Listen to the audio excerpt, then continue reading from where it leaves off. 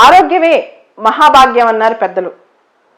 ప్రజారోగ్యం బాగుంటే ప్రజాస్వామ్యం దేశం ముందుకెళ్తూ ఉంటాయి. ఆరోగ్యం ఉంటే అన్ని అంశాల్లో మనం ముందుకెళ్ళొచ్చు. ఇలాంటి ఆరోగ్యం కోసం నేషనల్ హెల్త్ పాలసీ ఒక టార్గెట్ పెట్టింది. జీడిపిలో 2.5% ఆరోగ్యం కోసం ప్రభుత్వం ఖర్చు పెట్టాలి అని చెప్పి 2017లోనే ఈ టార్గెట్ వచ్చింది. మన రాజ్యాంగంలో ఆదేశిక సూత్రాల్లో అధికరణ 47 ప్రకారం ప్రజారోగ్యం కాపాడాల్సిన బాధ్యత ప్రభుత్వాంది. ఇంతవరకు కూడా రైట్ టు హెల్త్ ఒక ఫండమెంటల్ రైట్ కాలేకపోయింది. మనం గమనిస్తే 86వ రాజ్యాంగ సవరణ ద్వారా రైట్ టు ఎడ్యుకేషన్ని ప్రాథమిక హక్కు చేశారు, కానీ రైట్ టు హెల్త్ కాలేకపోయింది. మన నేషనల్ హెల్త్ పాలసీలో right to access to health care is a right అన్నారు. అది కూడా ఒక వేగ్గా అన్నారనమాట. అది ఫండమెంటల్ రైట్ అయితే చేయలేదు. ఇంతమంది పేదలున్న భారతదేశంలో యాక్సెస్ టు హెల్త్ కేర్ అనేది ఖచ్చితంగా ఒక ప్రాథమిక హక్కు అవ్వాలి. దాని దిశగా ప్రయత్నాలు జరగాలి. 2017లో మనకి నేషనల్ హెల్త్ పాలసీ వచ్చింది. దాంతోపాటు ఆయుష్మాన్ భారత్ అనే ఫ్లాగ్షిప్ ప్రోగ్రామ్ కూడా స్టార్ట్ అయింది. ఆయుష్మాన్ భారత్ అనేది హెల్త్ ఇన్సూరెన్స్ స్కీమ్ ఇండియాలో 130 కోట్ల మందికి సపోర్ట్ చేసే స్కీమ్ అని చెప్పుకోవచ్చు. అదే సంవత్సరం జాతీయ స్థాయిలో ఒక డిజిటల్ ఎకోసిస్టమ్ హెల్త్ కొరకు చేయాలని నేషనల్ హెల్త్ పాలసీలో ప్రపోజ్ చేశారు. ఆ తర్వాత నీతి ఆయోగ్లో కూడా 2018లో నేషనల్ హెల్త్ స్టాక్ అనే ఒక విజనరీ డాక్యుమెంట్ని రిలీజ్ చేసి భవిష్యత్తులో డిజిటల్ టెక్నాలజీని ఉపయోగించి మన హెల్త్ కేర్ సిస్టమ్ని ఇంప్రూవ్ చేయాలనే ఉద్దేశం కూడా ప్రకటించారనమాట. అంటే నీతి ఆయోగ్ కూడా integrating technology with health care system మీద తన విజనరీ డాక్యుమెంట్ని రిలీజ్ చేసిందని చెప్పొచ్చు.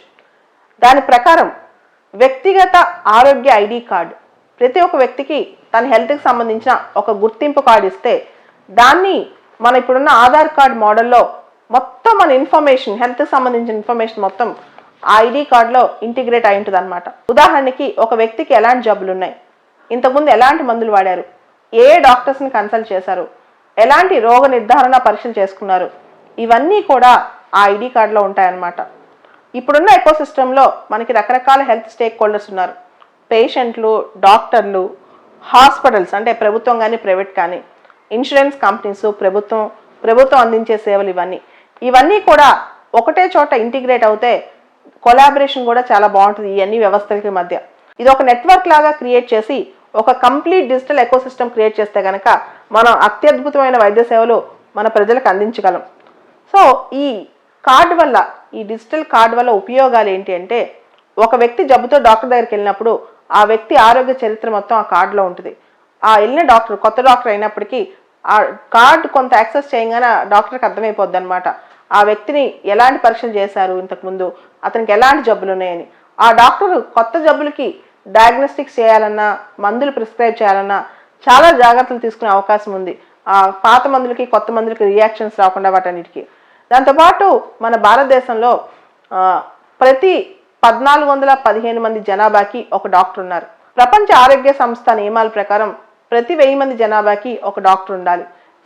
డాక్టర్ పేషెంట్ రేషన్ కూడా, డాక్టర్ పాపులేషన్ రేషన్ కూడా బ్యాలెన్స్ చేయాల్సిన అవసరం ఉందన్నమాట. అంటే జనాభా పెరిగే కొద్దికి డాక్టర్లు కూడా ఎక్కువ మంది అవసరం అవుతారు. సో జనాభా ఇప్పుడు మనం COVID-19 సందర్భంలో చూసాం, ఎక్కువ మందికి COVID-19 వస్తే డాక్టర్స్ అందుబాటులో లేని విషయాలు కూడా మనం గమనిస్తున్నాం అనమాట. సో డాక్టర్ పాపులేషన్ రేషియో కూడా స్టేబుల్గా ఉండాలి ఏ కంట్రీలో అయినా సరే. ఇప్పుడు మన దేశంలో ప్రజారోగ్యం కోసం జీడిపిలో కేవలం 1.3% మాత్రమే ఖర్చు పెడుతున్నారు.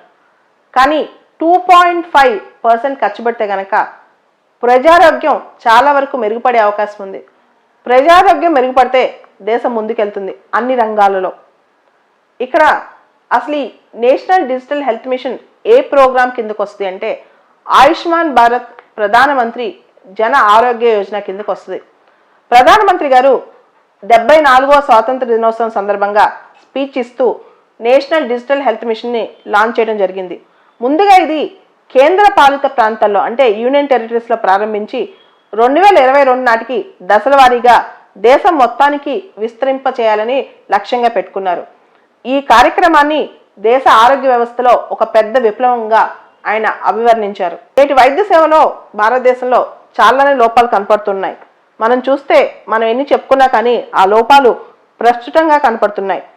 సరైన వైద్య సేవ లేకపోవడంతో చాలా మంది రోగాలు బారిన పడుతున్నారు. దాంతోపాటు రోగ నిర్ధారణ కూడా సరిగా లేకపోవడంతో ప్రజలు ఇబ్బంది పడుతున్నారు. డాక్టర్ల అపాయింట్మెంట్లు, వైద్యుల ఎంపిక, రుసుము చెల్లింపు, డయాగ్నోస్టిక్స్ ఇలా అనేక అంశాల్లో డిలేస్ వల్ల కూడా చాలా సందర్భాల్లో వీళ్ళు నష్టపోతున్నారు. దాంతోపాటు సరైన టైంలో నాణ్యమైన డాక్టర్కి సరైన డయాగ్నోస్టిక్స్ తీసుకెళ్ళలేకపోవడం కూడా రోగ నిర్ధారణలో ప్రాబ్లమ్స్ స్టార్ట్ అయిపోయి లక్షల మంది ఏటా ఇలాంటి ప్రాబ్లమ్స్ చనిపోవడం జరుగుతుంది భారతదేశంలో. వీటన్నిటికీ ఒక సింగిల్ పాయింట్ సొల్యూషన్గా national digital health mission launch చేయడం జరిగింది. 2017 నాటి ఆరోగ్య విధానం అనేది సాంకేతిక పరిజ్ఞానమే ఇప్పుడున్న రోగ నిర్ధారణ వ్యవస్థకు వెన్నుదన్ను. సాంకేతిక పరిజ్ఞానంతోనే ప్రజారోగ్యాన్ని మెరుగుపరచాలని కూడా 2017 నాటి నేషనల్ హెల్త్ పాలసీ చెప్తుందన్నమాట. సో దాంతో నేషనల్ డిజిటల్ హెల్త్ మిషన్ అనేది మనకి ఇప్పుడు నీడ్ ఆఫ్ ద అవర్ అని చెప్పొచ్చు. ప్రపంచంలో చాలా అభివృద్ధి చెందిన దేశాలు ఈపాటికే డిజిటల్ టెక్నాలజీని, ఆరోగ్య వ్యవస్థని పూర్తి స్థాయిలో ఇంటిగ్రేట్ చేయడం జరిగింది. మన దేశంలో దేశవ్యాప్తంగా 20% పైగా ప్రాథమిక, 30% పైగా సామాజిక ఆరోగ్య కేంద్రాల లోటు వెక్కిరిస్తోంది. సో అన్ని రంగాల్లో ప్రైమరీ, సెకండరీ, టెరిషరీ, దాంతోపాటు రూరల్ ఏరియాస్లో కూడా మనం కనుక ఈ డిజిటల్ టెక్నాలజీని వైద్య సేవలో ఇంటిగ్రేట్ చేస్తే కొంతవరకు పొజిషన్ బెటర్ అయ్యే అవకాశం ఉంది. దాంతోపాటు 15-20 సంవత్సరాల క్రితం మన అప్పుడున్న ప్రెసిడెంట్ అబ్దుల్ కలాం గారు ఒక మాట అంటారనమాట. ఈ టెక్నాలజీ ఇన్ హెల్త్ కేర్ అనేది చాలా ఇంపార్టెంట్. ఎడ్యుకేషన్లో ఈ టెక్నాలజీ ఎలానో హెల్త్ కేర్లో కూడా ఈ టెక్నాలజీ ఎలాగా, ఇలాంటిది అయినా పాన్ ఆఫ్రికన్ ఈ నెట్వర్క్ అని చెప్పి ఆఫ్రికా దేశాల్లో పేదలకు టెక్నాలజీ ద్వారా డాక్టర్స్ వాళ్ళని కన్సల్ట్ అయ్యి పేషెంట్స్కి సపోర్ట్ చేయడం అనేది జరుగుద్ది. దానివల్ల ఆఫ్రికాలో చాలా వరకు పేద ప్రజలు వైద్య సేవలు తెచ్చుకోగలుగుతారని చెప్పారు.